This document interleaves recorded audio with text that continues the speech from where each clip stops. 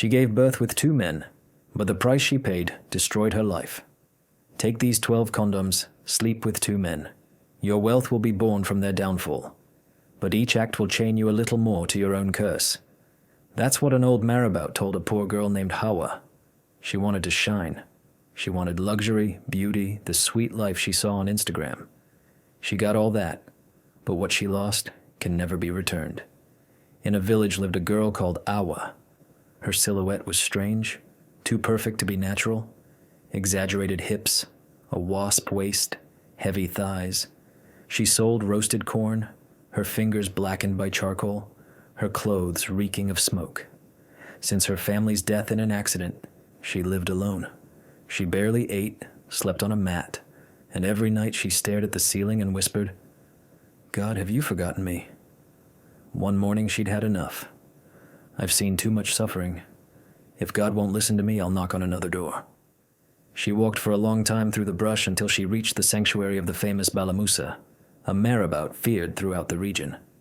Upon her arrival, the old marabout murmured, "My daughter, the dawn has forgotten you, but I can change your fate," she cried.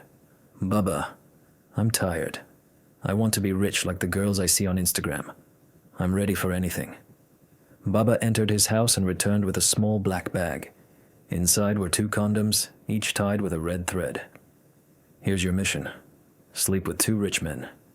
Before each encounter, replace their condom with one of these. From these, their seed will activate your wealth. Bring them back to me, and you'll be richer than you can imagine. But beware, each man will take a piece of you. And if you fail, it's you they'll take." She took the bag and left.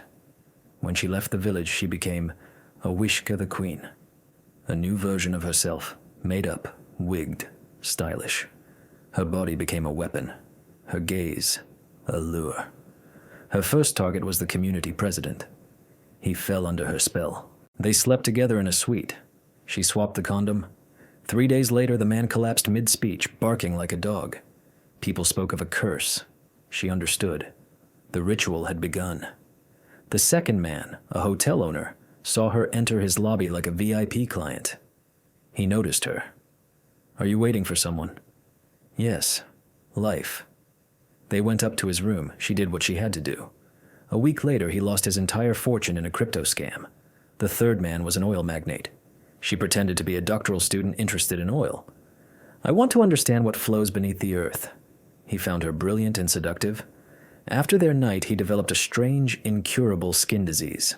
The fourth man, this time a famous pastor. She followed him to a vigil, listened to his preaching, even closed her eyes during prayers. "My spirit feels blocked, Pastor. Can we speak alone?" Flattered, he agreed. The trap closed. He received her at his home for a special blessing. A week later, compromising videos surfaced. He lost everything: church, reputation, family. The fifth man, a famous footballer, she seduced in a nightclub. He adored her. They spent the night together. The next day, he suffered a career-ending injury. But for Hawa, everything was accelerating. Luxury hotels, brunches with stars, DMs from powerful men. The sixth man, a politician tied to a wealthy, powerful, dangerous sect. She wanted him. She wore a red dress. He succumbed. But from that night on, she began dreaming of snakes, eyeless faces. Sometimes when she looked in the mirror, her eyes turned red. But she continued because she knew 6 more remained. The seventh man, a film producer. She pretended to be an actress. "I have a passion for deep roles, but I'm looking for a mentor." He took the bait. They slept together. Days later, total aphonia. He could no longer speak.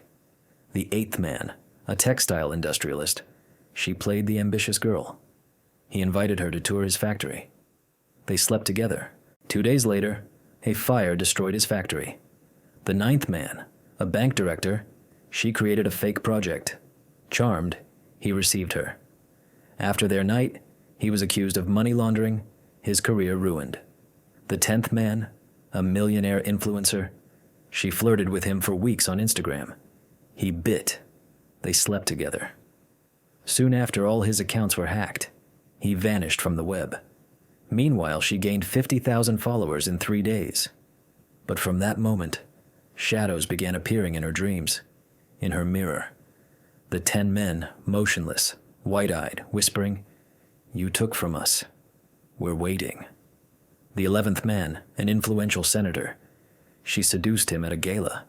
They slept together in a discreet apartment. But after him, the others appeared in her room, standing, bleeding, silent. She knew the 12th would be the last, or her end.